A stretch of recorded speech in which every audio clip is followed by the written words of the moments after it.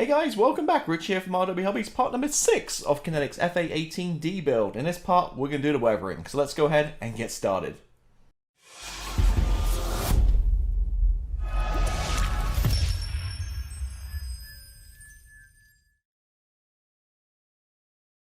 Okay, so this is kind of where we left off from last week. Decals down, sealed in with a clear coat, a gloss coat, because we want to put a power line wash on, and with a gloss coat, hopefully it'll just rub away and leave it just in the power lines and not totally grimy and dirty like a piece of armor. So that's why you did gloss coat. After we do a gloss coat, we'll put down a matte coat, and that'll be the final clear coat of the project. So decals all down. I'm a little nervous here that we're going to rub some of these off, so I want to be very careful and maybe do a little test area. So you know what, let's go with, let's keep this nice and easy. Let's start with the tail, with the horizontal stabilizer, should I say. So we're going to weather this up for a pound line wash. There's a few pound lines on here, but I don't want to rip away all these markings. So let's see how we go. So per the manufacturer's instructions, Flory Models Dark Dirt Wash. It's a clay wash. You can wash it off. Very user-friendly. Per manufacturer's instructions, just decant it, because if you get any kind of contaminants in there, you could really kind of mess up the whole bottle. You don't really want to do that at the price these guys cost. You know, it's with shipping, I think it was like $20 for 2 of these. But again, they last about a year, and I built quite a lot. So pour a little bit in here, and you know, it's just a clay-based wash. Nothing really exciting to see there. And with a brush, literally just gonna wipe it on. And you can see it's kind of beading and stuff, which is fine. It will dry fine.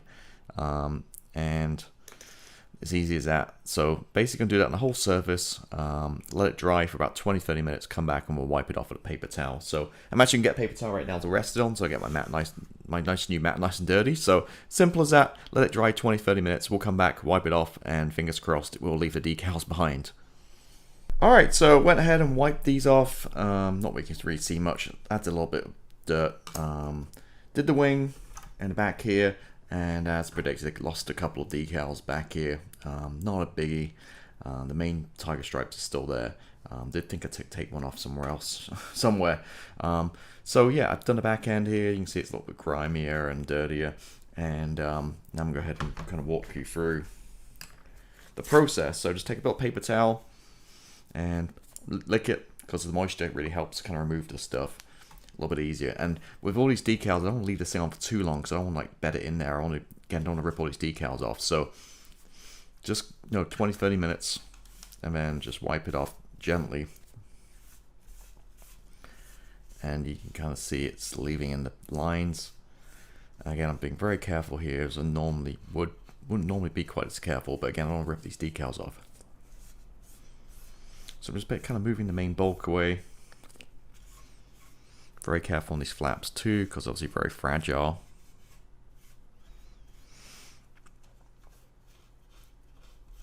Okay, you kind of got that kind of look. And then what I'm going to do finally is just go with the airflow, forward to back, just any extra. Like so. I mean, it's easy as that. And then, again, just wiping it all off, and it should leave, you know, a little bit of grime behind, and in the power lines, and just add a little bit of extra detail. So that's really it. I'm just going to work around the whole aircraft, top and bottom. Bottom don't be quite so careful, because we've got no decals, and I'll be right back. Alright, so you can see we dialed it back a little bit, we've done the wash, and we've come back with a matte coat to give it its final clear coat, which is XF86. At this point we can probably peel off all the masks and stuff, because there'll be no more clear coats going on. So, been around forever, tried and tested, Tamiya flat clear. So a nice coat over it, and you can see we've definitely got a nice matte finish going on, and like glossiness has gone away. Didn't absolutely hose it on to get a super matte finish, because, you know, in real life it does have a slight sheen in the light here and there. So looking good. Final stage of the weathering on this main fuselage part is going to be some of the oils. Now, I've done this a million times before. If you're new, we'll go through it again. So basically just a little plastic container here, and I've used Abteilung Starship Filth ABT510. As I mentioned before, I got a whole rack full of these guys, and I've only really used this color now. It's just a really good grimy kind of color.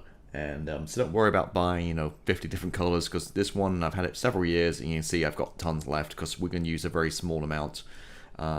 So basically it's neat oils, and we're just going to put a tiny little bit in here, And that's all you need, like barely anything, right? So tiny little part in here, and mine's a little dry, so I'm coming back with some enamel thinner, X20 enamel paint thinner. Now don't get confused with X20A, which is acrylic thinner.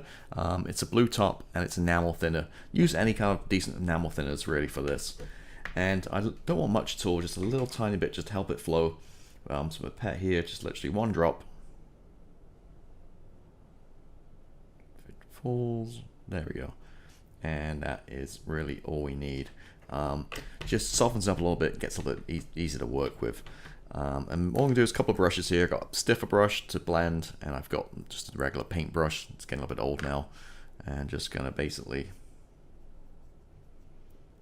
take a bit of paint. I just want to take the excess off. And actually you can use a paper towel just to someone's extra off, because I don't like hose this stuff on, and pick out certain power lines here. So my latest kind of way of doing it is just dots. So very gently place some dots down where I want to run it, and I want to run it along here.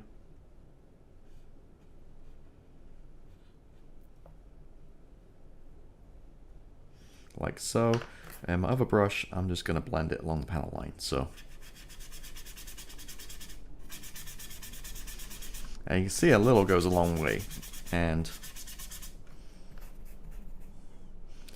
I've actually got some, I've used this brush before, the fuel tank, as actually you see here, I've got a little bit of a, some like hydraulic-y orangey kind of color on there. So let me take the canopy off so I don't break anything here, and just swing it around so you see a little bit better. And again, just follow the panel line.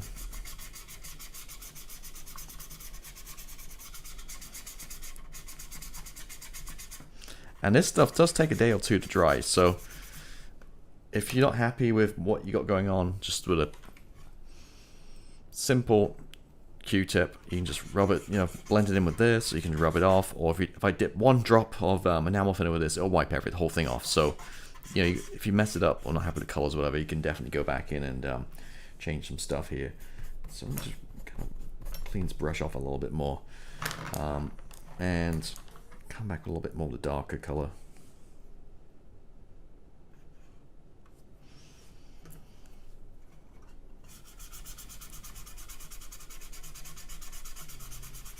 Just blend it all the way in, like so.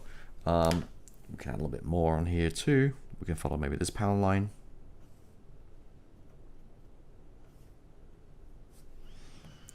Again, I'm just going to blend it in.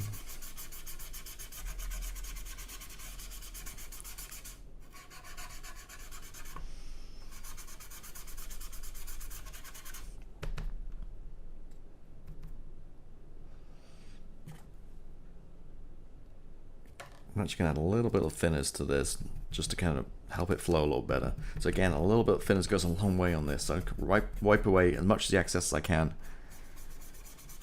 And you can see it's just blending a little bit better now.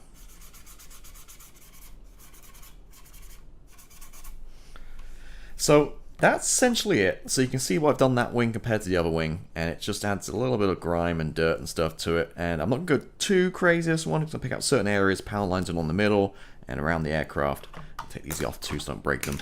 And that's essentially what I'm going to do. So you don't necessarily have to sit and watch me for half an hour doing this, but again, let me do one more across the middle here.